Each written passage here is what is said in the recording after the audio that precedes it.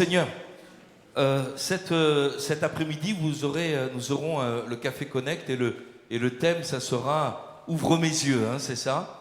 Et en tout début de semaine, il y a un texte qui est venu sur mon cœur et c'est plutôt en fin de semaine que j'ai compris qu'il y avait quand même un lien avec ce qui était fait. Ce n'était pas intentionnel du tout au début. Hier, en réfléchissant, en regardant le programme, je me suis dit « Ah oui, là, il y a quand même quelque chose ». Donc, c'est un peu le thème de la journée. Hein. Et le titre de ce message, c'est « Voir ou ne pas voir ». Voir ou ne pas voir. Et pour cela, on va lire un texte dans les Écritures qui se trouve dans le 2e livre des Rois, au chapitre 6e. Voir ou ne pas voir quoi? La gloire de Dieu, ce que le Seigneur est capable de faire pour toi. Quand on le voit, tout va bien.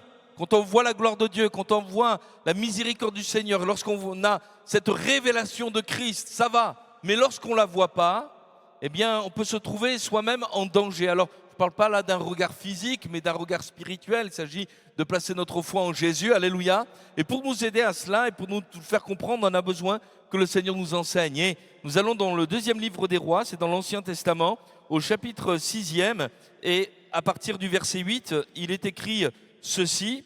Le roi de Syrie était en guerre avec Israël. Et dans un conseil qu'il tint avec ses serviteurs, il dit « Mon camp sera dans un tel lieu ». Mais l'homme de Dieu, il s'agit du prophète Élisée, fit dire au roi d'Israël « Garde-toi de passer dans ce lieu, car les Syriens y descendent ». Et le roi d'Israël envoya des gens pour s'y tenir en observation vers le lieu que lui avait mentionné et signalé l'homme de Dieu. Cela arriva non pas une fois ni deux fois, ça veut dire à plusieurs reprises, alors que le roi de Syrie était en train de placer ses troupes, ses garnisons. Eh bien, l'homme de Dieu a annoncé, il va aller là, il va aller là, il va aller là.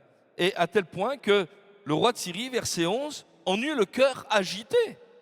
Il appela ses serviteurs et il leur dit, ne voulez-vous pas me déclarer lequel de vous est pour le roi d'Israël? Lui, il pense qu'il y a un espion au milieu, voilà, de tous ses serviteurs. Et l'un de ses serviteurs répondit, personne au roi mon seigneur, mais Élisée, le prophète, qui est en Israël, rapporte au roi d'Israël les paroles que tu prononces dans ta chambre à coucher.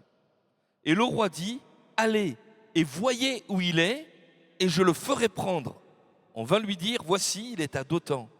Et il y envoya des chevaux, des chars et une forte troupe qui arrivèrent de nuit et qui enveloppèrent la ville.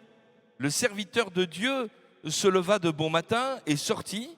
Et voici, une troupe entourait la ville avec des chevaux et des chars. Et le serviteur dit à l'homme de Dieu, ah mon Seigneur, comment ferons-nous? Il répondit, ne crains point, car ceux qui sont avec nous sont en plus grand nombre que ceux qui sont avec eux. Élisée pria et dit, Éternel, ouvre ses yeux pour qu'il voie. Et l'Éternel ouvrit les yeux du serviteur qui vit la montagne plein de chevaux et de chars de feu autour d'Élisée. Les Syriens descendirent vers Élisée. Il adressa alors cette prière à l'Éternel, daigne frapper d'aveuglement cette nation. Et l'Éternel les frappa d'aveuglement selon la parole d'Élisée. Élisée leur dit, ce n'est pas ici le chemin, ce n'est pas ici la ville, suivez-moi, et je vous conduirai vers l'homme que vous cherchez. Et il les conduisit à Samarie. Alors, vous comprenez, ils descendent vers la ville pour saisir Élisée, mais Élisée vient et leur dit, non, vous êtes trompés, mais eux, ils ne comprennent pas, et ils sont frappés d'aveuglement, ils savent pas, ils se laissent conduire. Et lorsqu'ils furent rentrés dans Samarie, c'est-à-dire la capitale royale du royaume d'Israël à ce moment-là, eh bien, Élisée dit, Éternel, ouvre les yeux de ces gens pour qu'ils voient.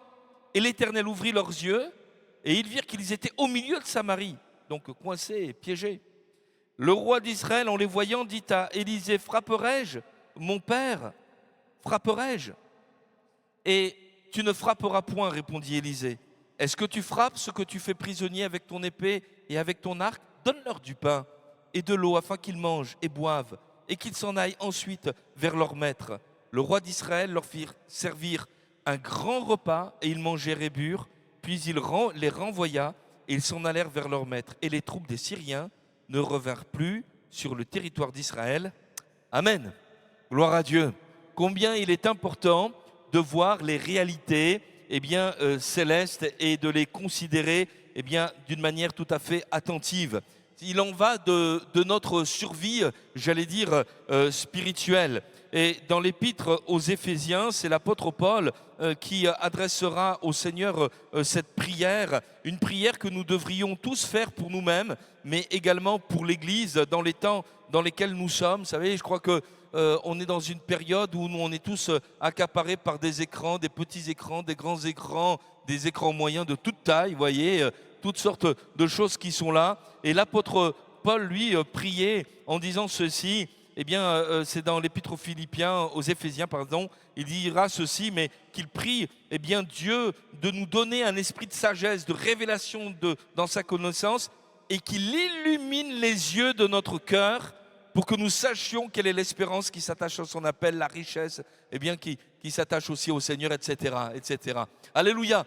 Mais qu'il y ait, voilà, que les réalités célestes qui font que Dieu est toujours là, qui nous font comprendre que notre Sauveur est toujours en action, que ces réalités célestes, nous ne passions pas à côté. Alléluia.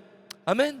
Gloire au Seigneur. Et parfois, c'est un petit peu le drame des enfants de Dieu de passer à côté de ces choses-là parce que nous ne mesurons pas tout ce que le Seigneur est capable de faire. Et peut-être ce matin, quelqu'un est-il dans cette situation, traverse des complications peut-être. Es-tu comme cette femme dans la Bible qui était courbée, elle était pliée. L'Écriture nous dit qu'il y avait sur elle la puissance de l'ennemi, la puissance du diable, qui la faisait se pencher, et elle ne pouvait voir que les choses d'en bas, que les choses de la terre. Mais lorsque Jésus est passé dans sa vie, il l'a redressée. Alléluia. Et elle a pu voir Jésus. Amen. Et je voudrais peut-être m'adresser à quelqu'un comme cela. Peut-être es-tu venu comme cela, avec un regard qui ne considère pas les choses d'en haut, mais qui regarde uniquement les choses d'en bas, ce qui ne va pas, tes soucis et les choses dont ton cœur t'abatte. Mais le Seigneur veut te relever. Alléluia. Bien plus, il veut ouvrir les yeux de ton cœur. Amen. Pour que tu considères la gloire de Dieu dans ta vie. Amen. Amen. Gloire au Seigneur. Parce que c'est merveilleux de considérer ces choses-là. On va voir ensemble que Dieu veut nous donner une vision spirituelle et que cette vision, elle peut être obscurcie.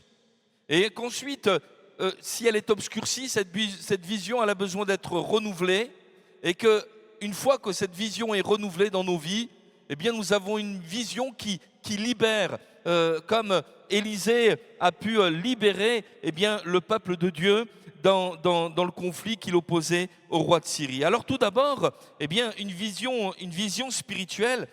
Élisée, est-ce que vous savez ce que signifie le nom d'Élisée? Moi, j'attends que vous me donniez la réponse. Je ne bougerai pas tant que vous ne m'auriez pas... Voilà. Alors, Élisée, qu'est-ce que ça signifie? Voilà, je vais m'adresser aux jeunes là-bas. Il y a même des ados. Joshua. Alors, qu'est-ce que ça veut dire? Je t'ai vu, Joshua. Voilà. Manon devant. Voilà. Est-ce que vous savez ce que ça veut dire? Élisée signifie ceci. Dieu est mon sauveur. Dieu est sauveur. Et c'est une révélation que le Seigneur nous donne. Il n'y a qu'un seul sauveur, c'est notre Dieu. Amen. Alléluia. Et certains d'entre nous, nous pouvons, et je crois la majorité d'entre nous pouvons dire ceci, oui, celui qui m'a sauvé, c'est Dieu. Alléluia. Mardi soir, on est en train de parler, vendredi soir, de Jonas. Vous savez, ce prophète récalcitrant qui s'est fait avaler par un poisson. Il dira, mais l'Éternel est mon sauveur. Il s'est trouvé dans une situation au fond de la mer, avalé par un poisson. Il n'y avait que Dieu qui était capable d'intervenir pour lui. Il n'y avait pas un psychiatre, je ne sais pas moi, un anthropologue, un botaniste, un plongeur qui était capable de descendre pour le sauver de là. Il n'y avait que Dieu, alléluia. Et parfois on est dans des situations où on se sent tellement pris de toutes parts. Et lorsqu'on a rencontré le Seigneur, et c'était mon cas, le seul qui a pu répondre à mon appel au secours, c'est Jésus, alléluia. Et nous voulons dire, mais il est le sauveur, alléluia, il est le sauveur parfait. Non seulement il a effacé nos péchés par son sang à la croix, mais en plus il nous a libérés de la puissance du péché. Amen. Nous sommes nés de nouveau. Amen. Nous avons été libérés. Et puis, Satan a été obligé de reculer devant tant de puissance. Il a été ridiculisé par le Seigneur. L'Écriture nous dit, livré en spectacle. Alléluia. Amen. Et nous voulons bénir le beau nom du Seigneur. Il n'a pas changé. Et quant à la mort elle-même, elle est vaincue. Et nous savons qu'un jour, nos yeux verront Jésus. Amen. Alléluia. C'est quand même merveilleux, ça, dans le cœur d'un chrétien, de dire, Seigneur, j'ai des années à vivre sur cette terre, je veux te servir, mais il y a un jour où ce sera le dernier, et quand je fermerai mes yeux ici-bas, je les ouvrirai et je te verrai. Alléluia dans la gloire, alléluia, selon ce que tu m'as dit, Seigneur, je vous ai préparé une place, alléluia, et puis je reviendrai et je vous prendrai avec moi. Amen, gloire au Seigneur, et nous serons avec Jésus pour toujours. Amen, gloire à Dieu, amen. Et ça, c'est quelque chose de glorieux. Notre Sauveur est le Seigneur parfait. Alléluia. Cependant, comme Sébastien nous le disait la semaine dernière, nous avons besoin de l'action de l'Esprit. Et en réalité, la vision spirituelle, la vision que Dieu veut nous donner, c'est une vision spirituelle. Une vision renouvelée par Dieu, de Christ, par le Saint-Esprit. Et dans l'Évangile selon Jean, au chapitre 16 et au verset 13, il nous est parlé du Seigneur, du Seigneur qui nous promet l'envoi du Consolateur, de l'Esprit de vérité qui nous conduit dans toute la vérité. C'est lui qui va nous conseiller, c'est lui qui va nous permettre d'avancer. Et mon frère, ma sœur, Élisée, dans son parcours de prophète, a eu tout de suite conscience que tout seul, il n'y arrivait pas. Et je vais passer sur certains détails, mais tandis que son mentor, le prophète Élie, devait quitter cette terre, Dieu l'a enlevé, il a fait cette prière en disant, dans 2 Rois au chapitre 2, verset 9, ce que je désire, c'est qu'il y ait sur moi, c'est la fin du verset, je te prie, une double portion de ton esprit. C'est-à-dire, ce que tu vivais, cette communion avec Dieu, mais moi aussi, je veux l'avoir. Il avait compris que c'était une communion d'ordre spirituel. Alors, une double portion ne mesure pas l'esprit, mais c'est une expression hébraïque qui dit mais une pleine portion, la portion du fils aîné. Voilà, pas une portion au rabais. Mais je veux cela. Et lorsque Élie est monté au ciel, Élie a laissé tomber son manteau dont Élisée s'en revêtit. Et cela annonce toutes sortes de choses qu'on va voir apparaître avec l'envoi du Saint-Esprit après que Jésus soit monté au ciel. Vous recevrez une puissance, le Saint-Esprit survenant sur vous. Alléluia. Jésus parlera d'un revêtement de puissance, alléluia. Et l'apôtre Paul dans l'épître aux Romains au chapitre 8 et au verset 15 nous fait comprendre ceci, c'est que l'Esprit de Dieu, lorsqu'il agit en nous, il nous fait dire mais Abba Père, alléluia. C'est une pleine portion de l'Esprit de Dieu, c'est même la plénitude, alléluia. Et mon frère, ma sœur, si tu veux continuer à avoir une vision renouvelée, une vision pleine et entière de qui est ton Dieu, tu as besoin d'être rempli du Saint-Esprit. Alléluia. Parce que c'est le Saint-Esprit qui va te parler de Jésus. C'est le Saint-Esprit qui va te parler de sa gloire. C'est le Saint-Esprit qui va agir en toi. Alléluia. C'est le Saint-Esprit qui va faire ses œuvres pour t'éclairer dans tous les domaines de ta vie. Et lorsqu'on lit l'Écriture, lorsqu'on lit la parole de Dieu, nous considérons que, de la même manière que Élisée, parce que Dieu lui parlait, de la même manière, Dieu veut te parler. Vous avez compris que cet homme de Dieu était en connexion avec son Seigneur, avec son Dieu. C'était une communion d'ordre spirituel. Et nous aussi, on a besoin de cela parce qu'on est dans un combat spirituel. Vous avez remarqué qu'il y avait le roi de Syrie, les Syriens. Alors, on n'a rien du tout contre les Syriens et que le Seigneur bénisse, mais il y a quand même un roi de Syrie qui se nomme Satan, le diable, l'adversaire, qui veut s'employer à te faire chuter. Mais le Seigneur veut t'avertir. Alléluia. Ne crains point. Amen. Et il te parle. Il te communique sa pensée. Tiens, attention là, ça vous est jamais arrivé ça? Ne va pas là. Là, aujourd'hui, ne te rends pas à la machine à café. Voilà, c'est pas l'endroit pour toi. Mais le Saint-Esprit nous avertit, alléluia, amen, gloire à Dieu. Je parlais de cela avec Sébastien le mardi matin. Voilà, tandis que je lisais ma Bible là, je lui ai dit, tu vois, j'ai un verset que j'ai souligné en rouge, là. Je ne fais pas souvent, mais ça, voilà, j'ai souligné. 1 Corinthiens au chapitre 16. Veillez, soyez des hommes, demeurez fermes. Et j'ai compris que dans la suite, parce qu'on avait certaines affaires à traiter, il fallait être solide, il fallait être costaud, alléluia. Et ce verset dans mon cœur, eh bien, a fortifié mon âme, alléluia, pour tenir ferme et tenir certaines positions, certaines situations, alléluia, amen, amen. Le Seigneur ne te dit pas que tu n'auras pas de combat, mais il va te donner les armes pour que tu triomphes, alléluia, amen. Vous vous souvenez de l'apôtre Pierre, lorsqu'il y a Ananias et Saphira qui introduisent un mensonge dans l'église, ils veulent se faire passer pour ce qu'ils ne sont pas, et le Seigneur lui parle. Vous savez qui c'est le père du mensonge quand même, hein? Voilà. Et le Seigneur, eh bien, lui parle, mais Ananias, comment est-ce que tu as pu mentir au Saint-Esprit? Et il va révéler la situation, amen. Gloire au Seigneur, alléluia. Et de la même manière, le Saint-Esprit, eh bien, est là pour te guider, pour te faire voir des choses qui, avec tes yeux physiques, ton raisonnement personnel, tu ne comprendras jamais, tu ne verras jamais. Mais le Saint-Esprit veut t'avertir. Alléluia, amen. Et mon frère, ma soeur, on a besoin de ça. On a besoin de grandir et de dire, mais Seigneur, mais remplis-moi du Saint-Esprit, renouvelle mes forces morales, physiques, spirituelles. Et c'est pour ça que mes frères et sœurs, on a besoin de prier. Amen. On a des réunions de prière, on a des temps ensemble, mais c'est bien de prier à la maison, c'est bien de prier et d'avoir cette communion personnelle les uns les autres avec Jésus, mais ensemble également, alléluia, de prier ensemble, amen, alléluia. Moi, je vous invite à venir le mardi soir pour que ce lieu soit rempli d'hommes et de femmes de Dieu qui élèvent leur voix vers le Seigneur pour dire, Seigneur, interviens, montre-nous, renouvelle-nous, alléluia, amen. Gloire soit rendue au Seigneur. J'avais prévu de vous lire un texte là, mais je vais le faire quand même si le temps manque un peu. C'est dans Ésaïe au chapitre 45 et au verset 20, pour nous faire montrer encore une chose, encore une fois, qu'il n'y a rien qui échappe à notre Seigneur. Amen.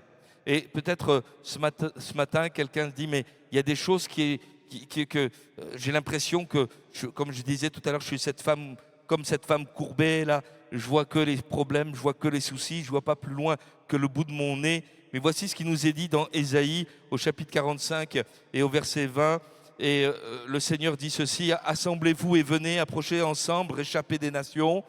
Ils n'ont point d'intelligence, ceux qui portent leur idole de bois et qui invoquent un Dieu incapable de sauver. » Et il y a des dieux qui sont incapables de sauver.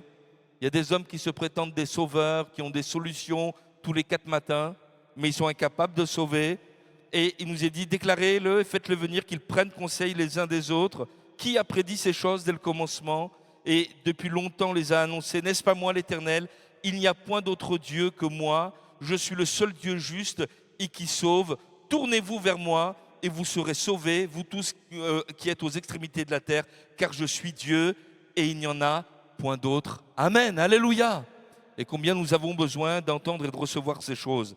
Mais tandis que nous parlons de tout cela, eh bien, dans ce texte, vous avez remarqué que le roi de Syrie, une fois qu'il a compris d'où venait son échec, c'est-à-dire du prophète, il va s'employer à mettre la main sur le prophète. C'est mon deuxième point, c'est la vision obscurcie. Le diable, eh bien, est rusé, il est malin, et il y a une stratégie qu'il va s'employer à mettre en place, c'est porter la main sur ce qui fait la force du peuple, c'est-à-dire c'est pas que ce peuple est plus intelligent que les autres, c'est pas que ce peuple est mieux armé que les autres, c'est pas que ce peuple a des compétences plus élevées que les autres, mais en réalité, ce qui fait sa force, c'est sa communion, c'est la présence de Dieu avec lui. Alléluia. Et mon frère, ma sœur, c'est ce qui fait eh bien, la puissance de l'Église. Alléluia. Que le Seigneur soit là. Amen. Alléluia. Amen. Gloire à Dieu. Et donc, il va s'employer eh bien, à couper, à vouloir mettre la main sur le prophète, comme s'il voulait séparer le peuple. Et on est dans l'Ancienne Alliance et la communion avec Dieu se fait par cet homme de Dieu. Eh bien, pour couper le peuple de sa relation avec Dieu. Il arrive de nuit, il enveloppe la ville. Vous voyez, on a l'impression que c'est comme un serpent qui s'entoure, qui est là pour étrangler, tandis qu'on ne s'en aperçoit pas. Et le but, c'est d'étouffer eh bien, la vie spirituelle eh bien, du peuple de Dieu. Je vous fais un rappel quand même, qu'est-ce que c'est la vie spirituelle du peuple de Dieu, comment on la voit, qu'un homme, une femme eh bien, est rempli du Saint-Esprit, ben, c'est qu'il aime lire la Bible. Amen. Le Saint-Esprit va vous faire lire la Bible. Hein.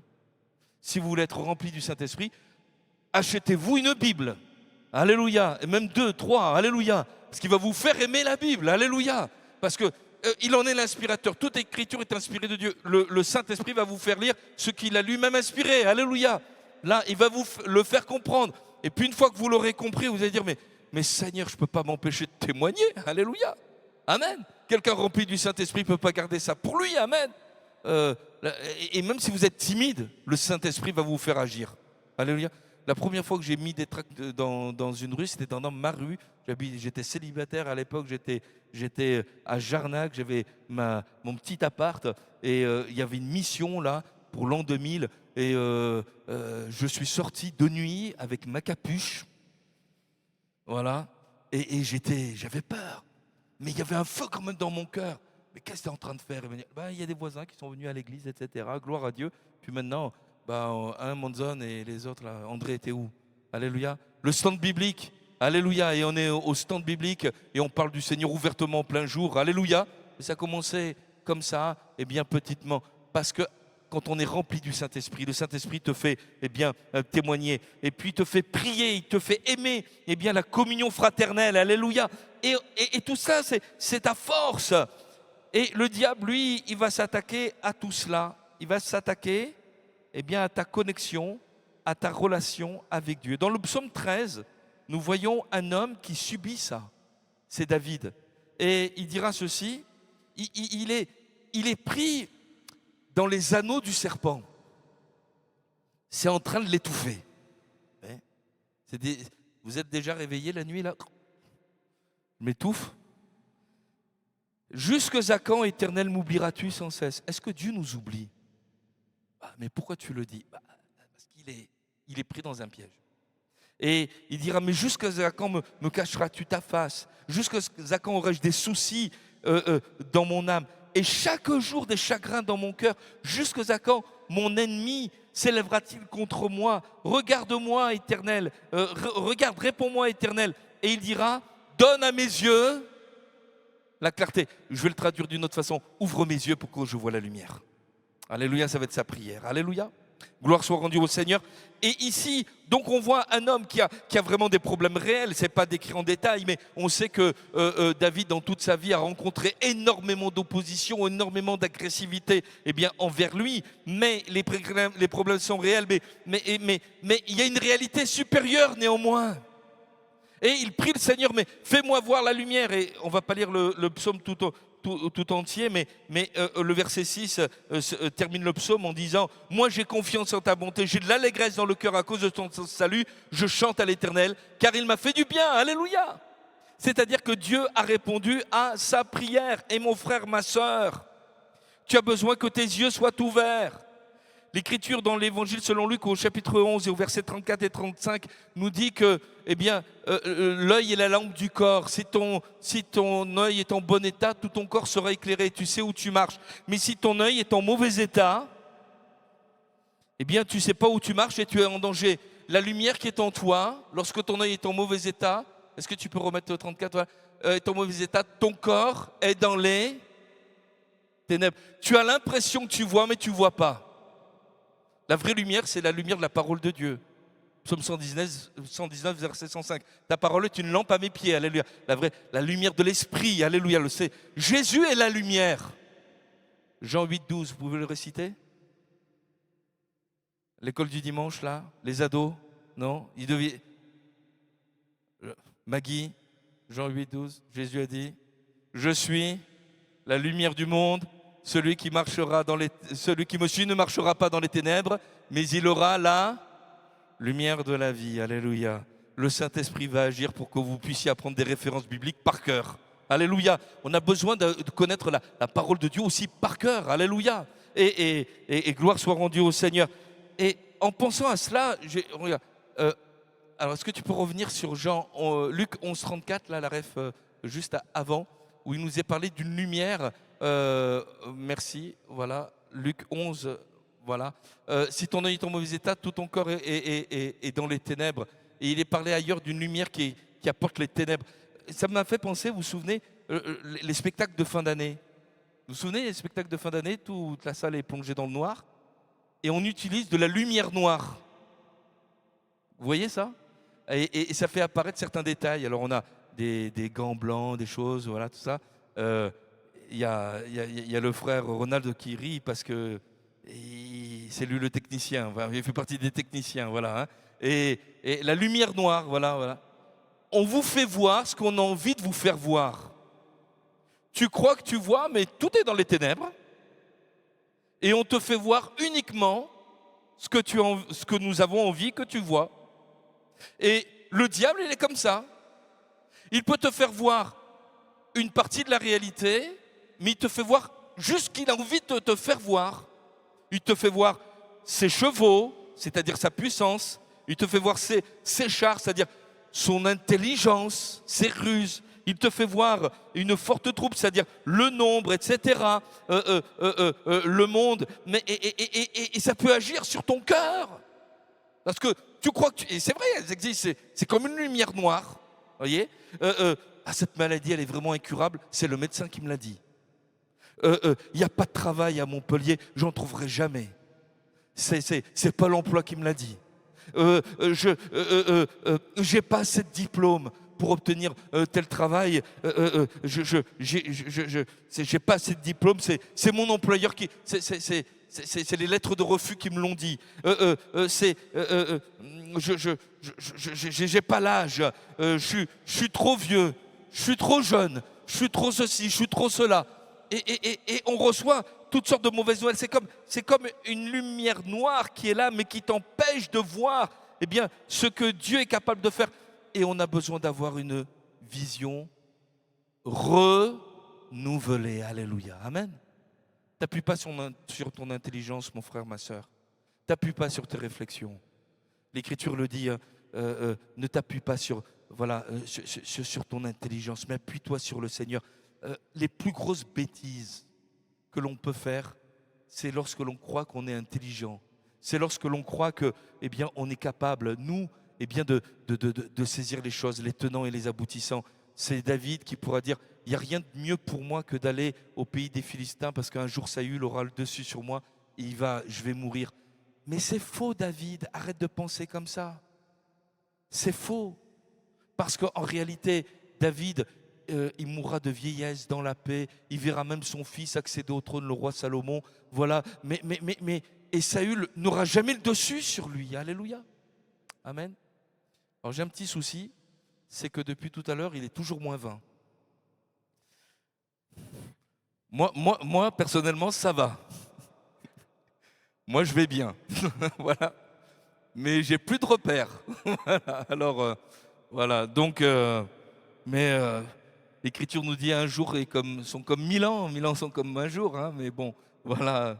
David me fait des signes de la tête. Hein. Voilà, gloire au Seigneur. Et donc, avoir une vision renouvelée. Et comment Élisée va prier pour son serviteur. Et il va dire ceci, mais Éternel, ouvre ses yeux pour qu'il voie. Et l'Éternel ouvrit les yeux du serviteur qui vit la montagne pleine de chevaux, de chars et de feu autour d'Élysée. Alléluia. Quand on voit la gloire de Dieu, on n'a pas peur.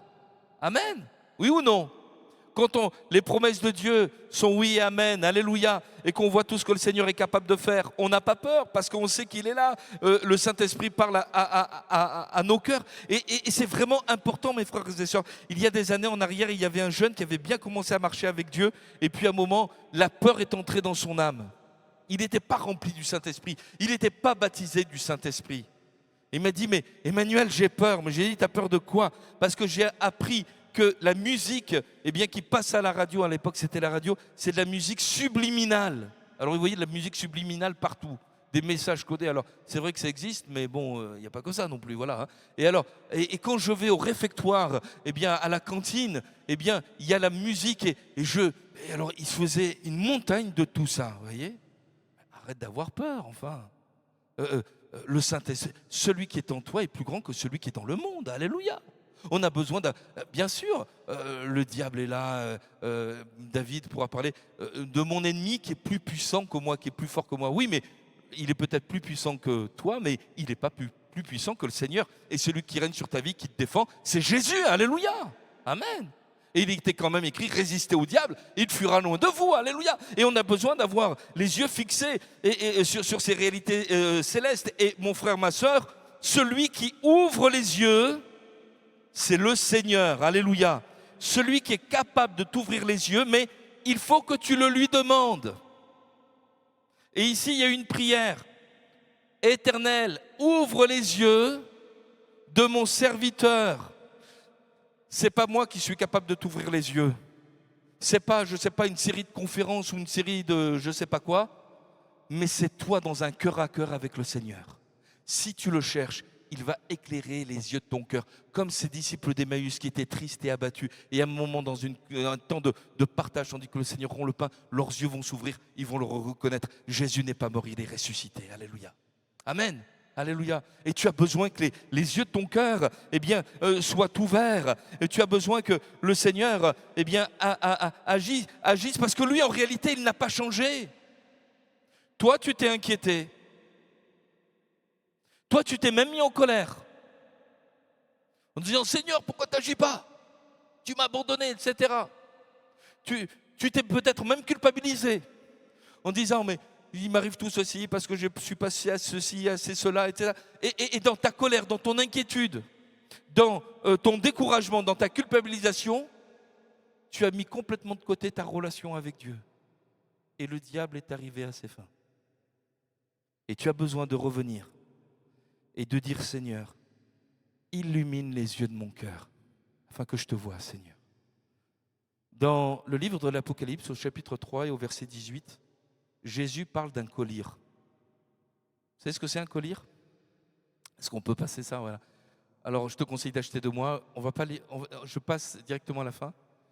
Et un collier, tout à la fin, un collier pour oindre tes yeux afin que tu vois. Alors, j'ai fait une recherche sur le collier. Un collier, c'est capable de répondre à des soucis qui touchent l'œil. Voilà. Alors, j'ai trouvé, je ne suis pas un médecin, hein, je sais qu'on a des étudiants en médecine, milieu de nous, des infirmiers, des infirmières. Si quelqu'un a un problème ce matin, il y a le Seigneur, mais on a tout un staff médical. Merci Seigneur, alléluia. Alors, j'ai vu que les colliers servaient à soigner des problèmes de conjonctivite. Conjonctivite, vous savez ce que c'est? Un virus qui est entré dans l'œil. Voilà. Aussi, des problèmes d'allergie. En fonction des saisons, certains se mettent à pleurer, voilà.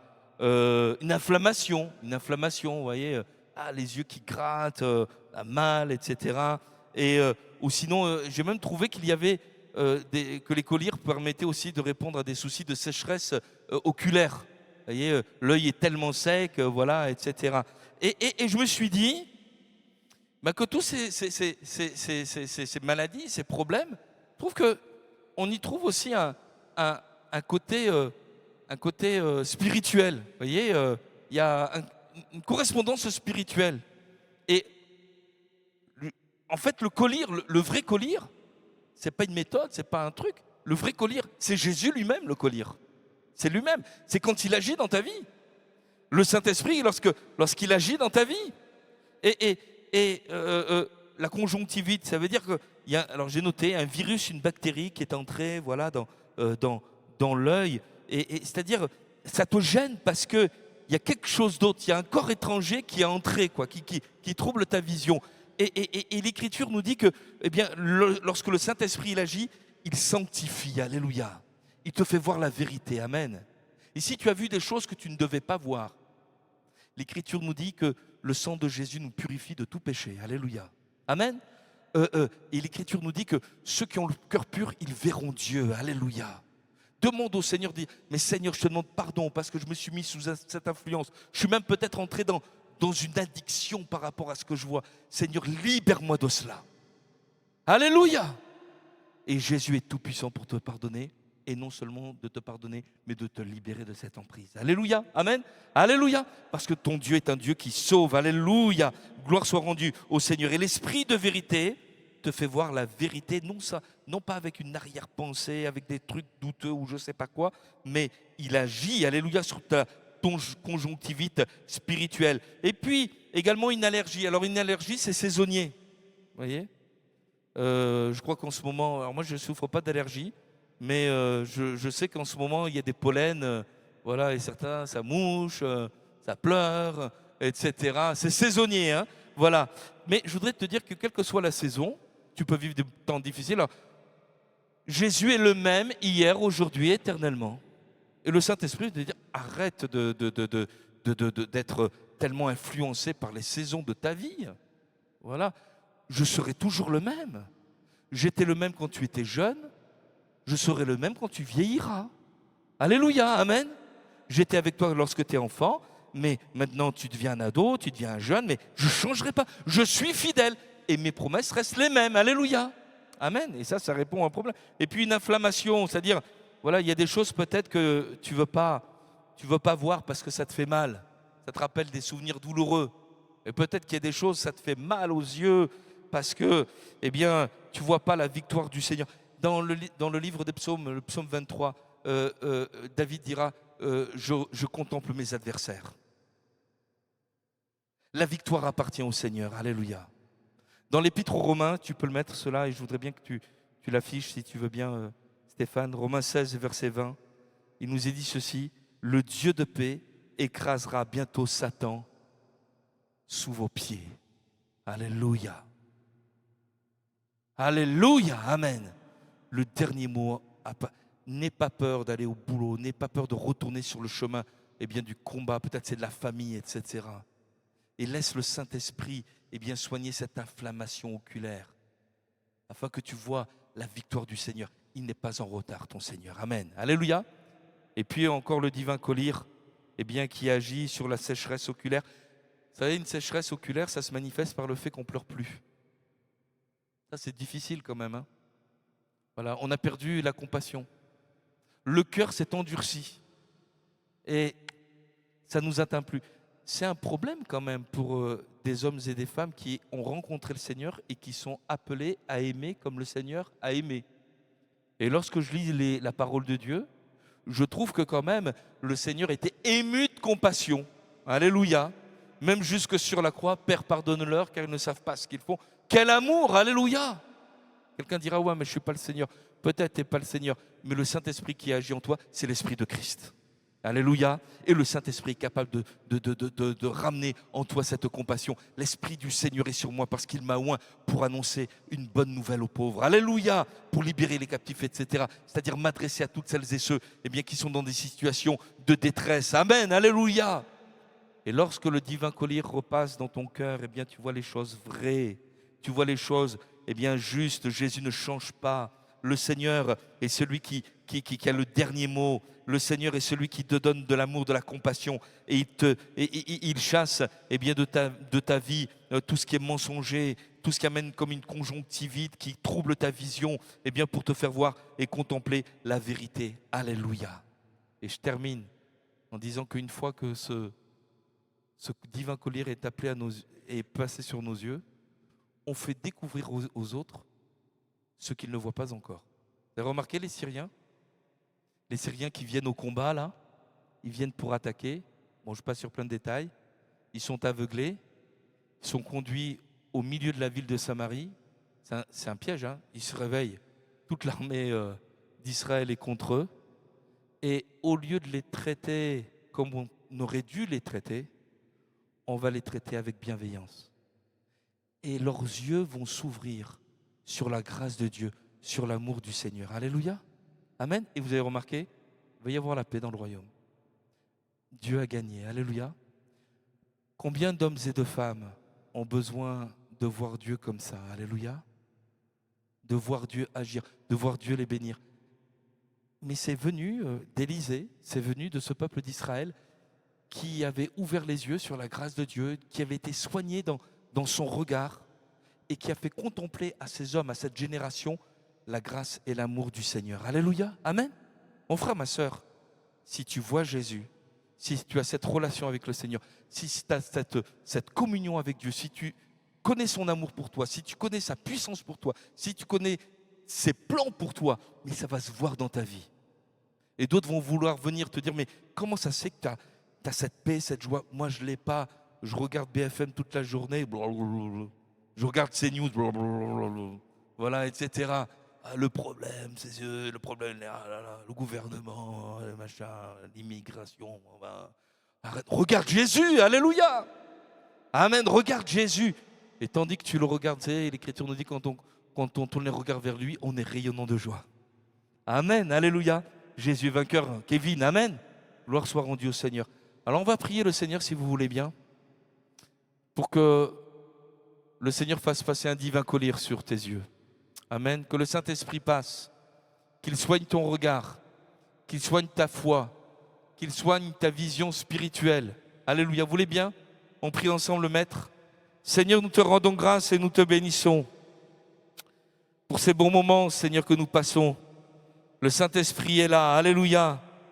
Et Seigneur, tu vois celle qui est entrée courbée, qui a les yeux uniquement fixés sur ce que le diable lui montre, comme une lumière noire.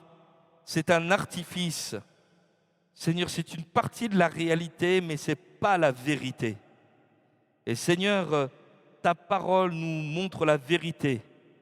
Et tu dis même, vous connaîtrez la vérité vous affranchira du mensonge, de l'erreur, des pièges. Et je te prie pour celui, pour celle qui a, Seigneur, le regard fatigué. Seigneur, on a vu plusieurs situations. Et je te prie, Seigneur, afin qu'il y ait comme un collier, un divin collier, qui passe sur la foi, sur les yeux de mes frères et de mes sœurs, pour qu'ils voient comme toi tu vois. Non, ce n'est pas l'adversaire qui est le plus fort, non, ce n'est pas l'adversaire qui aura le dernier mot. Et s'il est en train de t'étouffer, dis Seigneur, ouvre mes yeux pour que je voie la lumière. Ouvre mes yeux. Je veux voir ta gloire, Seigneur. Alléluia. Je veux voir ta gloire, Jésus. Seigneur, que ton nom soit béni. Alléluia.